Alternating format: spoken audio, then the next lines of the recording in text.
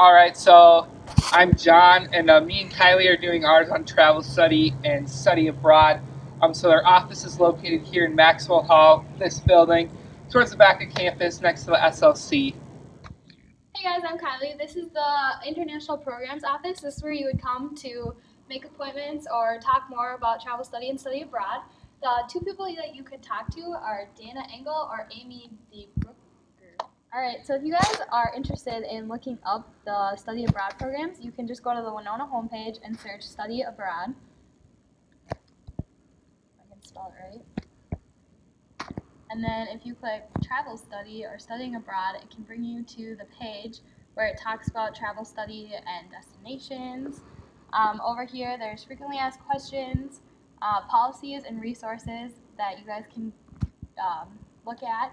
There's also the Maxwell office, which is what we showed you earlier. So on this page is a semester study abroad information, so just to let you explore your options and what is offered. And then it gives you the huge difference and the breakdown between study abroad and travel study.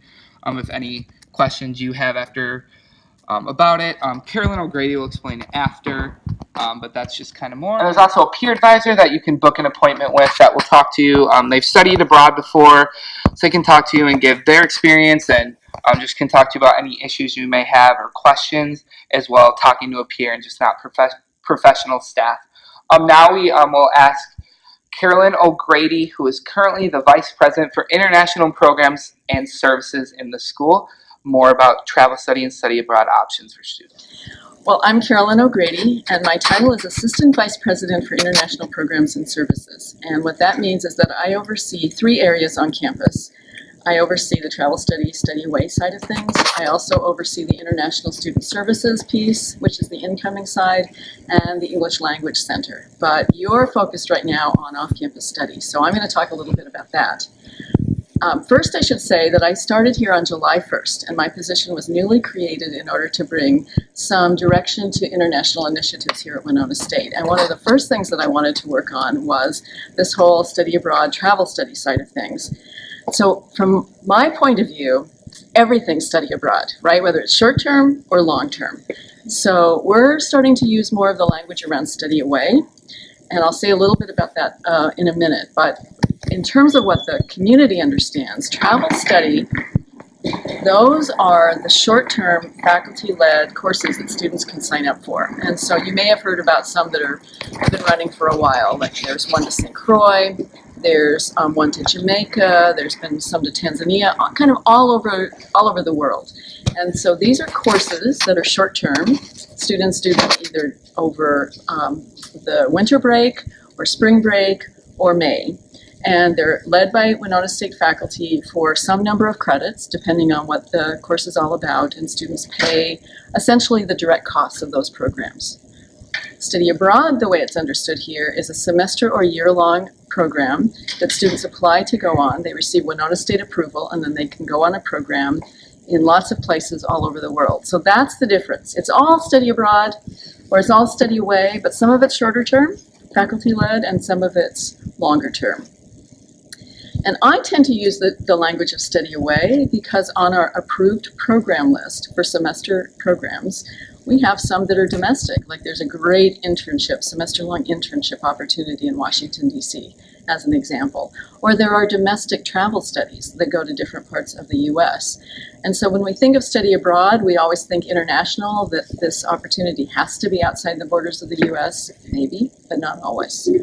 So that's kind of the general idea behind it. Could you tell us about how RAs could get this information through to our residents? I would love to tell you about that because actually I think RAs are crucial. In some ways, you're at least as crucial as faculty in what students listen to, and maybe even more so because you're working so closely with students. So what you can tell students, first of all, is have they thought about studying abroad or studying away, or use any language that makes sense to you, studying off campus. And if they say no, ask them why. Because typically students they'll believe one of the 3 big myths. So one myth is they'll say, well, I can't afford it. And most likely if you say, well, have you gone to the office and checked that out? I bet they'll say they haven't. Because I hear this over and over on campus.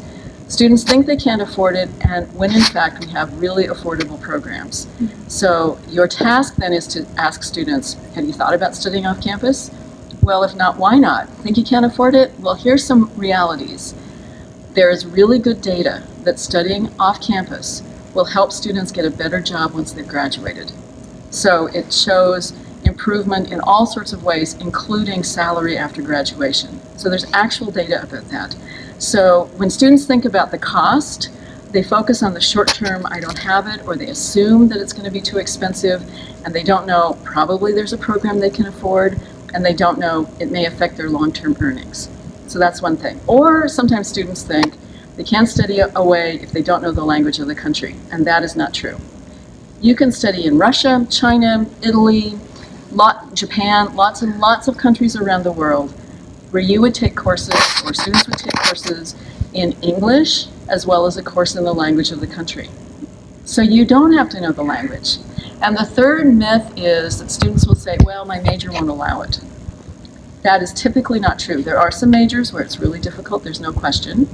But in most cases, if a student plans early enough and thinks carefully about their plan toward graduation, it is entirely possible to do a full semester away and meet major, minor, or graduation requirements. So as RAs, you can be encouraging students to really look into it, not assume that they know the answer to these questions, force them to think about the three myths in a different way, and really get them to look at what's out there and to go on the website and see what the programs are.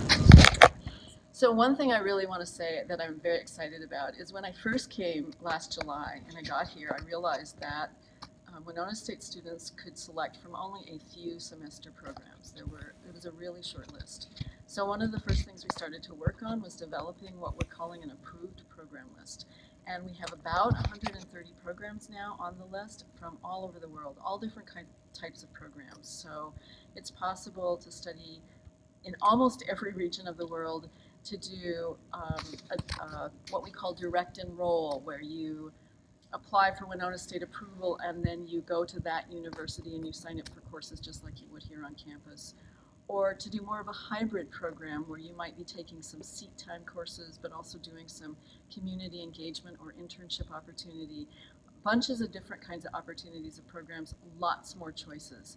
So there's really a lot of exciting stuff that we're trying to do that will give students, I think, a lot more interesting options. So I really, really encourage you as RAs, get your students to come into the office, to come to a session, an interest session, to contact the peer advisor, or just to go on the website if they want to and take a look at what we're offering.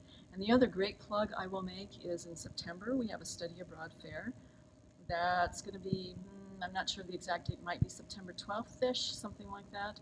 And that's where over in Crisco there's a ton of information about all of our semester programs as well as the faculty-led travel study programs. So it's a great opportunity to just come, grab some flyers, talk to people if you want, but you don't have to. So RAs also, that would be a great thing. So for housing and for all of you folks to kind of come, browse around, so that then you can go back to the dorms, to res halls, and say, look what I found, look, check this out. Yeah. Yeah.